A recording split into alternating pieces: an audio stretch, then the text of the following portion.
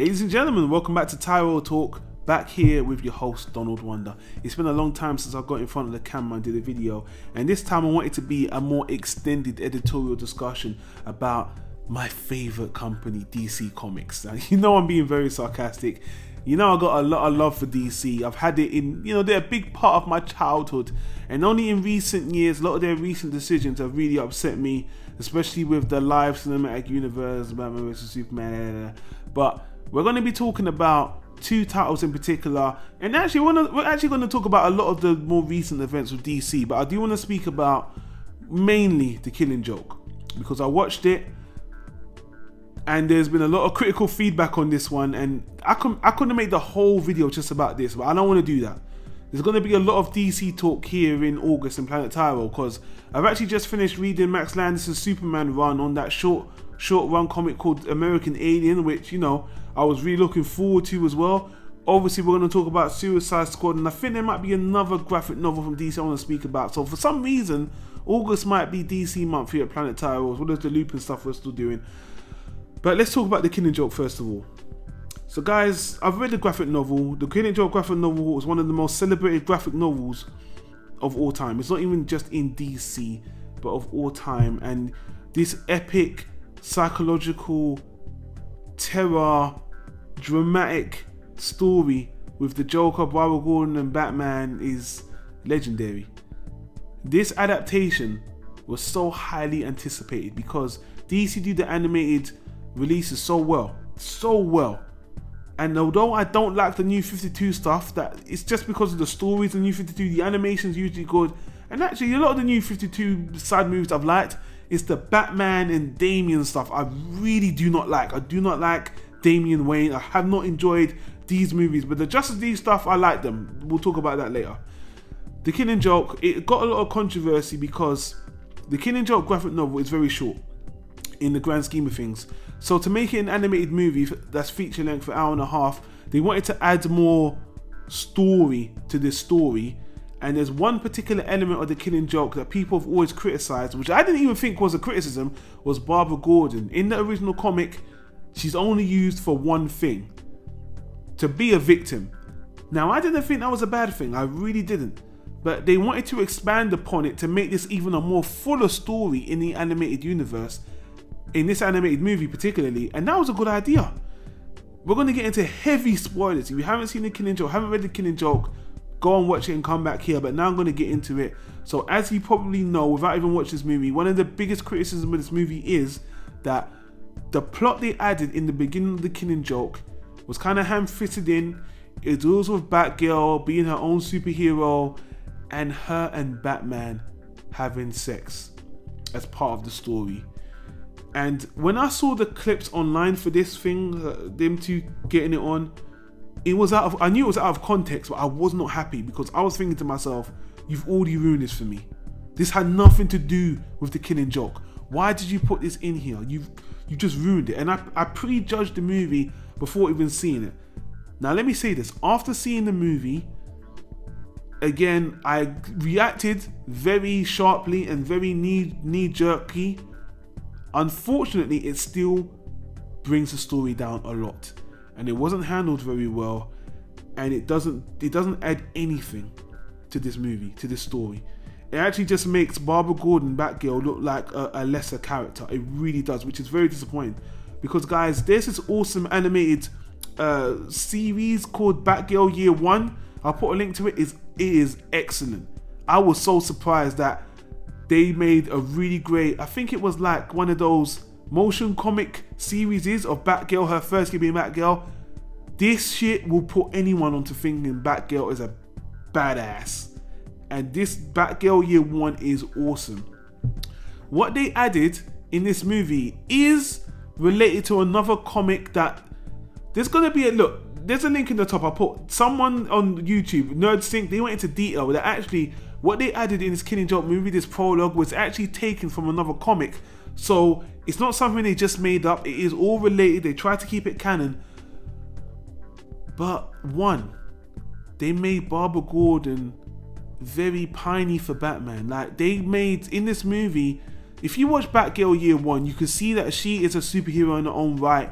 and that she was doing things outside of Batman. But in this movie, she kind of works with Batman, and you can tell she's got a crush on him. I'm not just saying that, they make it clear that she's got a crush on Batman.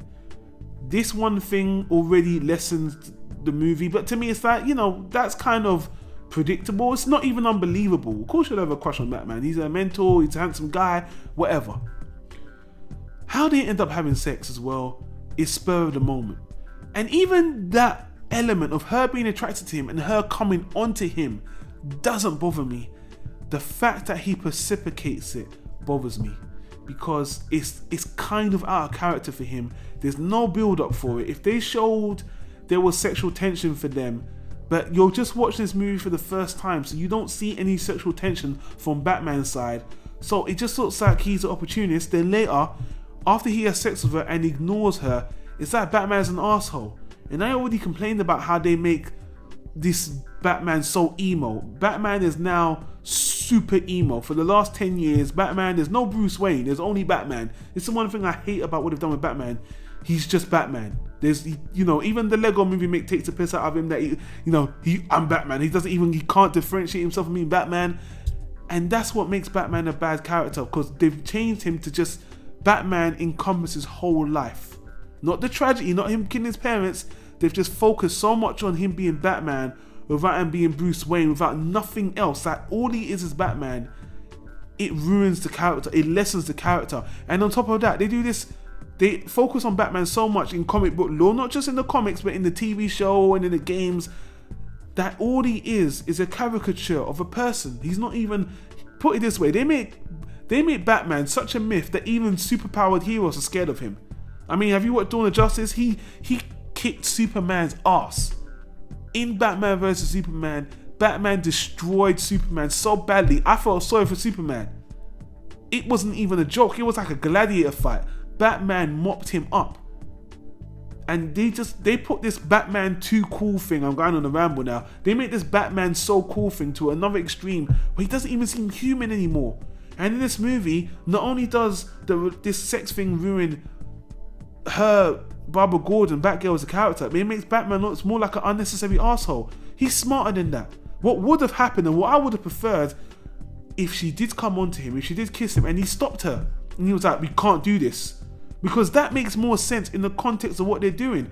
And then he distances himself away from her like he does in this movie, and then she realizes, because the idea was actually good, the idea that she was infatuated with him was fine, the idea that she came onto him was fine. The fact he precipitated the sexual advance in the end came out of nowhere. On her end, it's built up, but on his end, it's not. Why would he do that? Because he's a Batman playboy? No. Not Batgirl. So the controversy that, oh my god, you know, Batman's a sleaze, and, you know, and it does de-empower Batgirl. And then she quits as well. The other thing about the movie is, the reason that Batman and Batgirl argue is because there's this new crime boss that is psychologically getting to Batgirl, and Batman can see it. And I like that. And even Batman says, you don't understand what you're doing, you're just still having fun, you can get taken to the edge. The writing was a good idea. It was so good, and she left because of that. Would have been fine alone. But if you notice, when she's beating the shit out of the guy, she says, you ruined everything, I could have had Batman. I'm like, what the fuck? You ruined everything? But your fantasy sexual idea with Batman, is that what he ruined? This thug, this criminal? Is that good writing?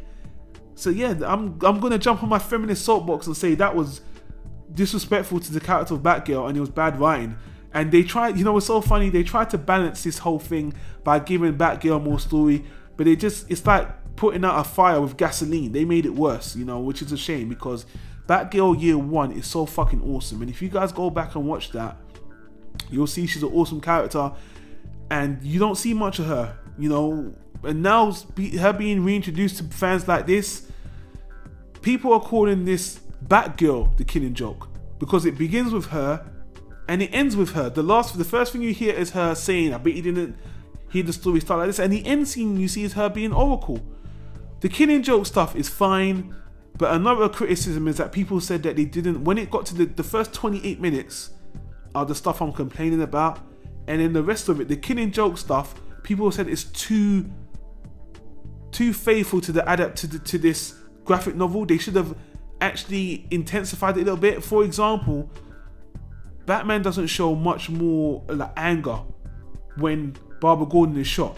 All through this movie, his tone is just like that. It's just a cold tone. Even when he shoots Barbara Gordon and psychologically terrorizes Commissioner Gordon, Batman never seems to snap.